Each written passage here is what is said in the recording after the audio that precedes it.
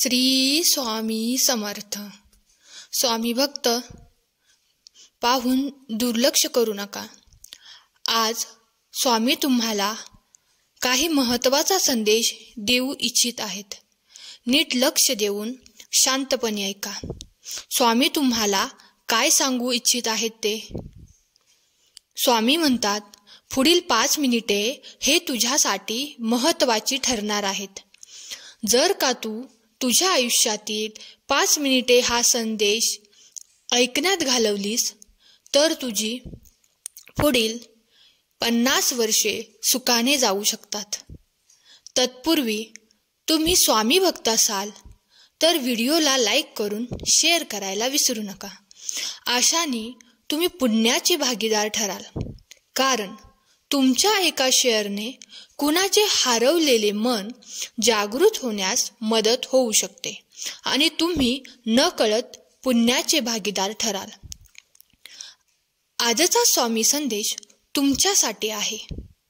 स्वामी म्हणतात, माझ्या बाळा, अरे किती चिंतेमध्ये अटकून राहशील. चिंता करणे थांबव. ज्याच्या नशिबात आहे ते धावून येईल. नशिबात नाही तो येईल आणि जाईल. म्हणून अगणित इच्छा बाळगू नका. जे मिळाले ते सांभाळा. तुमच्या कर्मावर विश्वास ठेवा, राशीचक्रावर नाही.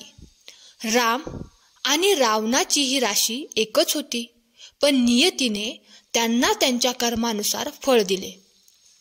लहान विचार शंकेला जन्म देतो आणि मोठा विचार समाधानाला जन्म देतो.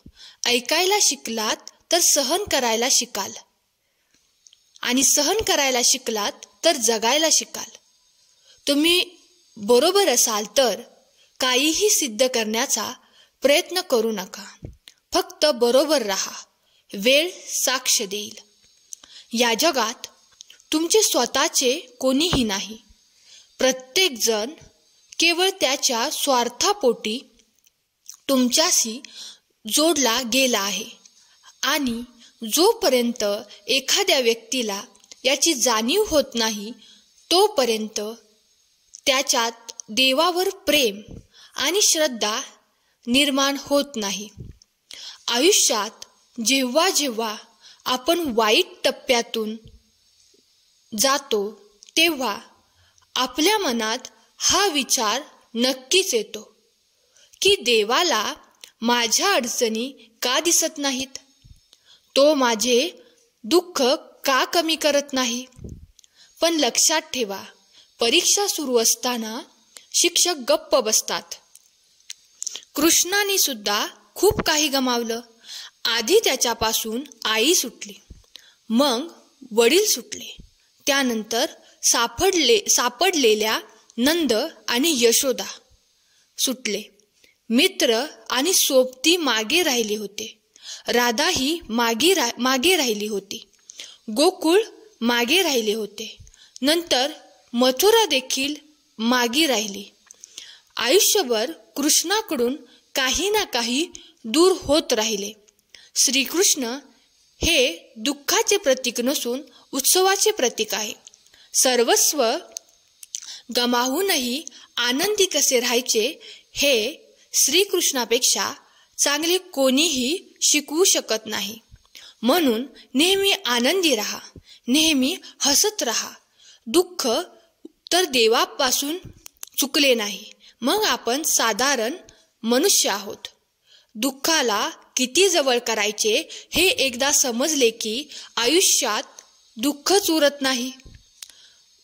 मन आंधळे आहे, त्याला स्वतःचे काही ज्ञान नाही. मनाला काहीच कळत नाही आणि ते नीट मार्गदर्शनही करत नाही. म्हणून आपल्या मनाच्या शब्दांचे आंधळेपणे पालन करून महत्त्वाची कामे पुढे ढकलणे थांबवा. तुम्ही नेहमी तुमच्या बुद्धीने काम करा, मनाने नाही. कारण आंधळे मन तुम्हाला महत्त्वाच्या गोष्टी करण्यापासून नेहमी थांबवते. जेव्हा तुम्ही तुमच्या बुद्धीने महत्त्वाची कामे करायला सुरुवात करता तेव्हा तुमचे मन हळूहळू तुमचे मित्र बनते, परंतु सध्या तुमचे मन तुमचे शत्रू बनले आहे, जे तुम्हाला दिवसेंदिवस नष्ट करत आहे. सहमत असाल तर होय टाईप करा.